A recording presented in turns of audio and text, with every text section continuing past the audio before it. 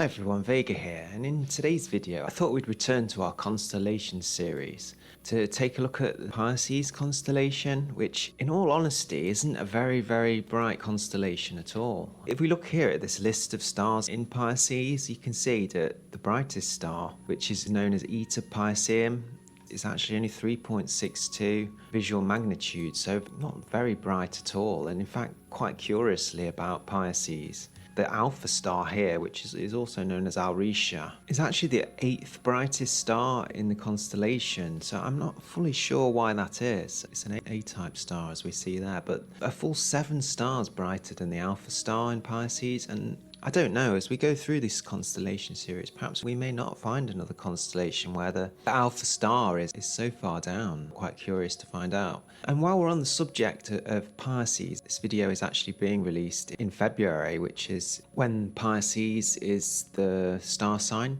Some of you born in February may be in disagreement with me, of course, because Aquarius is the one before Pisces, which ends on the 20th of February. And you may not be aware, but as you can see here, the ecliptic plane actually follows the constellations. You can see the Scorpius is obviously in late October, and then we've got Sagittarius, which is November and December, Capricorn, which is December and January, Aquarius, January and February, and then of course Pisces, which is February and March, and we could continue on to Aries, March and April, Taurus, April and May, and obviously Gemini, May and June. So you can follow the signs of the Zodiac through the ecliptic plane, which possibly you already knew that, but I just thought it was quite interesting to bring people up to date on that. So with regards to Pisces, it is actually a constellation that's supposed to represent 2 fishes, and you can see here the 2 fishes are actually slightly at the end of the constellation. So we're actually looking at this in the other direction to what we were looking at a minute ago.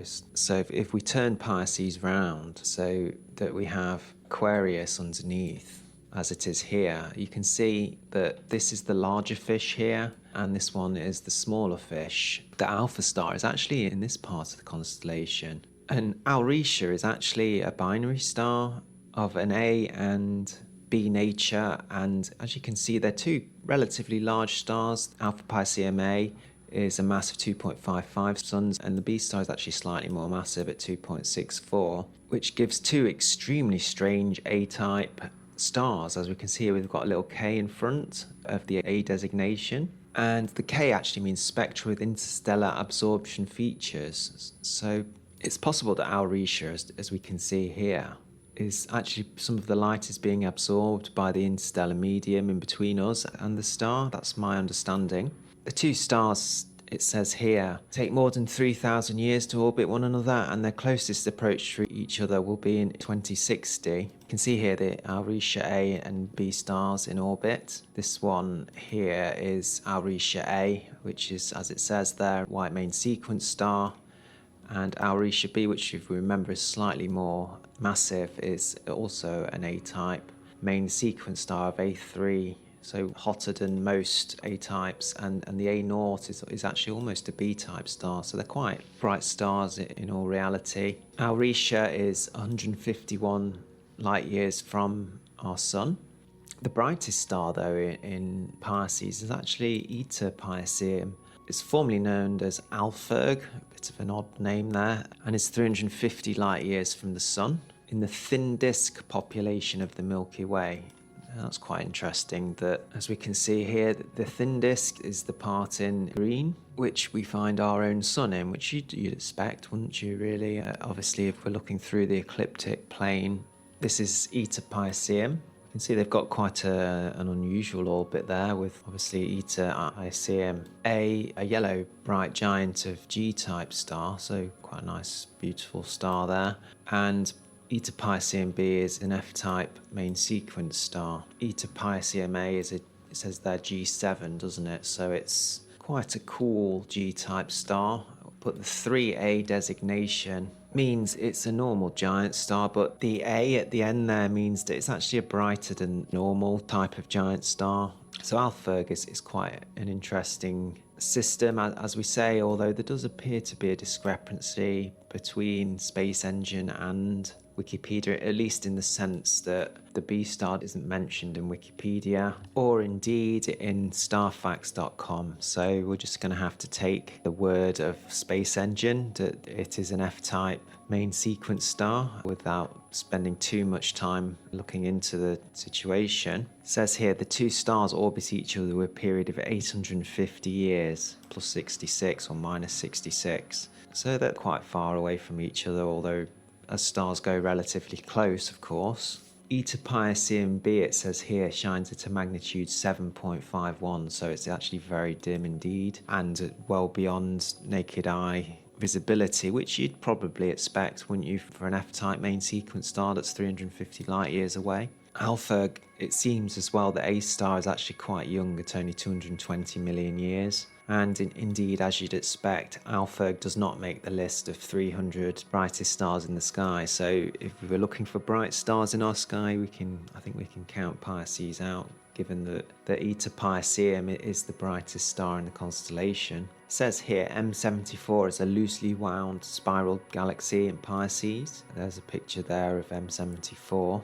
Although, I think what's perhaps more interesting about M74 is, as it says here, 3 supernovae are known to have taken place within it. 2002 AP, 2003 GED, and 2013 EJ. So 3 supernovas we've seen in this particular galaxy, and it says the latter, so presumably supernova 2013, was bright as the 10th magnitude viewed from the surface from Earth. So, although that's obviously not very bright, we do have to bear in mind that the galaxy itself is 32 million light years away, so something of 10th magnitude is pretty bright really, isn't it, from that distance? And obviously there are these other 2 supernovae as well, so perhaps quite an interesting galaxy, M74. There's James Webb view of the strange spiral arms of M74 in Pisces. The next brightest star in Pisces is Gamma Pisceum with a visual magnitude of 3.7.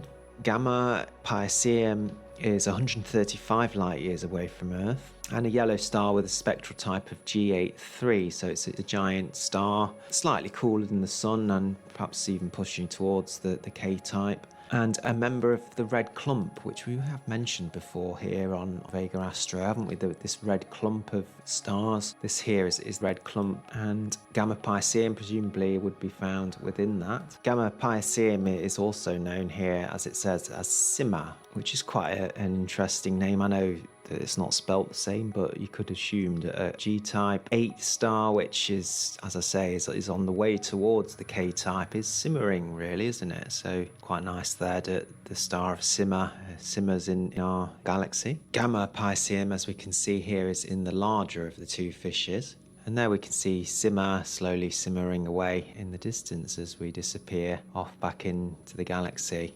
The next brightest star in Pisces is Omega Pisceum. So, as I say, this is already a 4th magnitude star at 106 light years away, known as Deneb al-Samkat. It's quite a curious name, isn't it? Omega Pisceum looks like it's an F-type star that could have left the main sequence or perhaps is still on it. And with most F-type stars, you'd expect that one is slightly larger mass than our Sun, with 21 solar luminosity, so probably quite similar to the star of Procyon. Omega Pisceum, and it says Deneb al-Samkat, actually translated into Latin as Cauda Pisces, means the tail of the fish, which we'd expect, wouldn't we? As we can see here, there's Gamma Pisceum, so almost in Aquarius, and obviously we move this way through the signs of the Zodiac, so we're actually leaving Aquarius behind now and we're moving into Pisces. So Gamma Pisces, when this video is released, which should just be in our rear view mirror, and we're moving towards the centre of the Pisces constellation on this particular date of the video release, which is the 23rd of February. Another interesting thing in Pisces is Van Manen's star, which, as it says here, is the closest known solitary white dwarf to the solar system. So obviously Procyon and Sirius B aren't solitary. They are cohabited with larger stars themselves. 14.1 light years away, Van Manen's star must have been quite difficult to find when you think about it. It says, while searching for a companion to the larger proper motion shuttle Alande 1299. In 1917, Dutch-American astronomer Adrian van Manen discovered the star with an even larger proper motion, meaning, of course, it travels through the sky very fast. And there's Van Manen's star there. Let's see if we can find anything about the progenitor star of Van Manen's star. It's actually quite a small white dwarf, isn't it, with just 67.67 solar masses, so substantially smaller than Sirius B, for example. Thought to be around 3 billion years old, so actually slightly younger than our sun. And it says here the progenitor of Van Manen's star had an estimated 2.6 solar masses and remained on the main sequence for 900 million years, which gives the star an overall age of 4.1 billion years. With a solar mass of 2.6, you'd possibly expect it was a B-type main sequence star in its life, although that can depend on various factors. I would assume it doesn't actually say here, but I would assume it a B-type main sequence star. And it says when it left the main sequence, it expanded into a red giant that reached a maximum radius of 1,000 times the current radius of the Sun, or 4.6 astronomical units, so almost at the Jupiter radius, so very, very large star, Van Manen, when it did swell outwards, which again you'd probably expect from a B-type main sequence star, although even that does seem quite large, really. So Van Manen's star in Pisces made its closest approach 15,000 years ago. So it's actually disappearing from us, unfortunately. It'd be quite curious to have a white dwarf star approaching us, wouldn't it? The last thing also is Pisces. It says here, due to the dimness of the stars in Pisces, the constellation is essentially invisible in or near any major city due to light pollution. So unfortunately, particularly where I am here in northern Spain, it's very difficult even to see Sirius on some days. So there's absolutely no chance of seeing Pisces, which is unfortunate for me. And of course, we shouldn't get it confused with the constellation of Pisces Austrinus, which is a southern hemisphere constellation and does contain the star of Fomalhaut. So quite an interesting star within Pisces Austrinus, but not to get confused between the two. They're not actually the same constellation, which can be quite confusing. While we're on the subject of Pisces, we may as well add Pisces Austrinus into this video, and of course, if we're going to do that, we're going to take the opportunity to have a look at Fomalhaut again, which is a star that we've not looked at for quite a while, and it's indeed one of my favourite stars. When I first looked into Fomalhaut, I didn't know what was interesting about it, but sometimes known as the Eye of Sauron star, because Fomalhaut, as we can see here, does have quite a large disk of dust around it, which does make it look very much like the Eye of Sauron in Lord of the Rings films, doesn't it, if you've seen those? And Fomalhaut is one of the nearest A-type stars to us. In fact, I think it's the nearest after Vega and Sirius. And we probably need to do an update on Fomalhaut. As I say, it's been a while since we visited the star. As we can see here in Space Engine, there's Fomalhaut. So there you go, that's Pisces constellation, and sort of a brief tangent into the Austrini Pisces constellation as well. So some quite interesting stars, if not very dim, unfortunately, for one of the constellations of the Zodiac. Take good care of yourselves, of course, and also your families. Look after your friends well, and I'll see you on the next one.